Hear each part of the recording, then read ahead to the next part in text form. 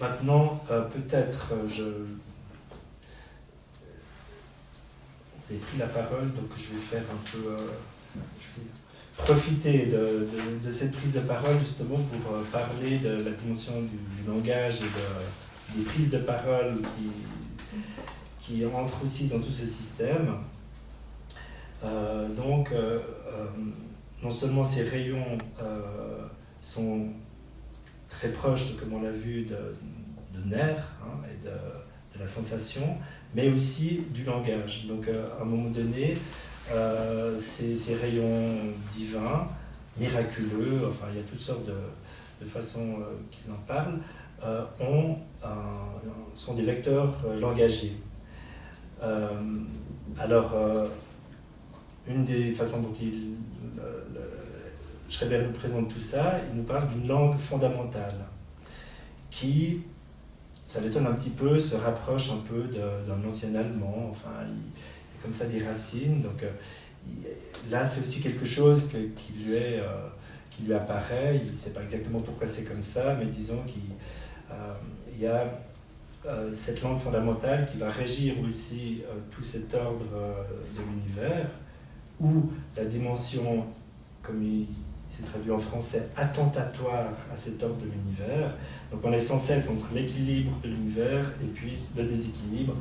qui est fait de manière attentatoire par des personnes malveillantes,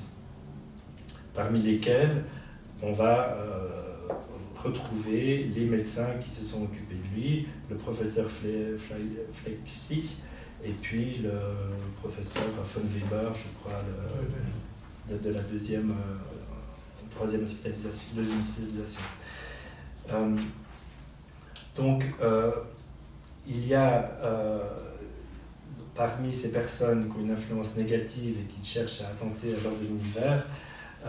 tout un vocabulaire, tout un discours que Schreber décrit d'une façon comme ça très très minutieuse, comme tout le reste, et puis qui intéresse aussi après les cliniciens, où par exemple il montre non seulement comment il y a un sens de la formule, mais de la formule un peu vide, répétée, finalement on aurait envie de dire, restant un peu dans son système de rayons désarrimés du langage, donc il y a un peu des mots flottants comme ça qui lui arrivent comme des traits, des flèches, et qui le blessent parce que souvent ses propos sont diffamatoires, humiliants, angoissants, etc. Donc il y a cette conjonction entre l'image du trait, du rayon, et qui pénètre et qui peut être même putride, comme s'il y avait une dimension de cadavre aussi là-dedans, comme il en parle. Donc ça pénètre par les mots Schreber, et tout ce système langagier qui est justement néfaste cherche aussi à atteindre à l'intelligence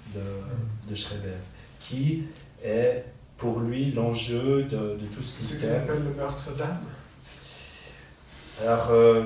non, je crois que le meurtre d'âme, enfin oui peut-être, mais comme il en parle de différentes manières, je ne suis pas persuadé de me dire que c'est ça le mécanisme du meurtre d'âme, mais disons que c'est là où, entre Dieu ou ses épigones,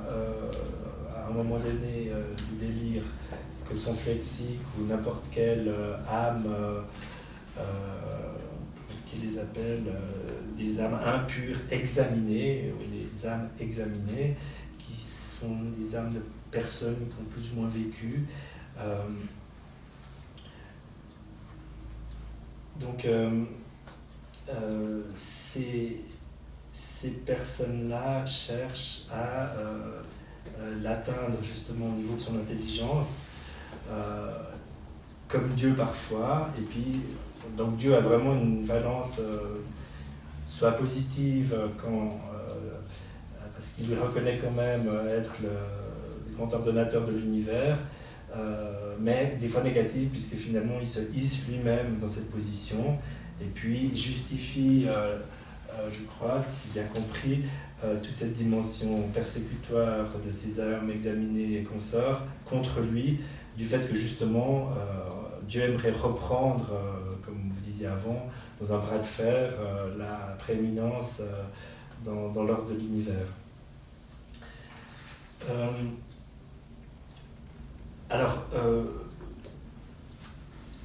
Oui, donc si je reviens à quelques aspects langagiers, donc on a vraiment quelque chose de... c'est donc Schreiber qui parle, où il souligne le vide de sens de ce qu'il entend, ou une forme d'effective, il est vraiment assez fort en linguistique, enfin il emploie des termes comme ça très précis pour montrer aussi qu'il y a des phrases qui ne sont pas terminées,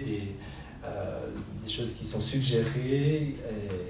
alors c'est souvent dans un registre injurieux ou dépréciatif, et puis il est bombardé par ces mots à longueur de journée. Il expliquera d'ailleurs que c'est pour ça que des fois il hurle jour et nuit pour pouvoir justement calmer cet apport langagier, ordurier qu'il entend et qui l'atteint continuellement. Et puis, oui, il y a aussi un certain automatisme du souvenir de la pensée dont il parle. Donc on a l'impression qu'il y a quelque chose qui tourne un peu comme un disque rayé dans sa tête. Et puis, il explique au fil des années, en tout cas anamnestiquement, puisqu'il écrit ça en quelques mois, en 1901, je crois, mais relatant les années précédentes, il dit que petit à petit, ces phénomènes de voix se sont un peu estompés et puis ont commencé il emploie presque un terme musical, pas de lento, mais enfin disons, il explique, je ne sais plus lequel c'est, que... Pardon ? Il faut l'anzamon. Voilà. Le mot de la langue, ça d'ailleurs. Voilà. Donc il y a un ralentissement et puis finalement, on nous fait penser à certaines expériences musicales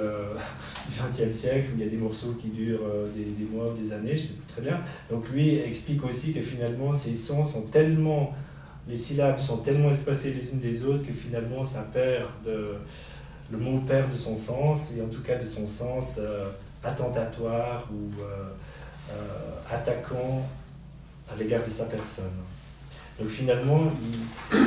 au fil des années, il commence à prendre un petit peu de distance par rapport à tout ça, et souvent il y a une certaine ironie dans sa façon de décrire les attaques qu'il subit, et puis le fait que finalement l'adversaire, qu'il soit Dieu ou qu'il soit ses âmes examinées, ou ce phénomène langagier, qui s'estompe et qui n'a plus tellement qu'il n'y a plus d'atteinte sur lui, donc il en parle comme ça avec une certaine condescendance et aussi un certain soulagement.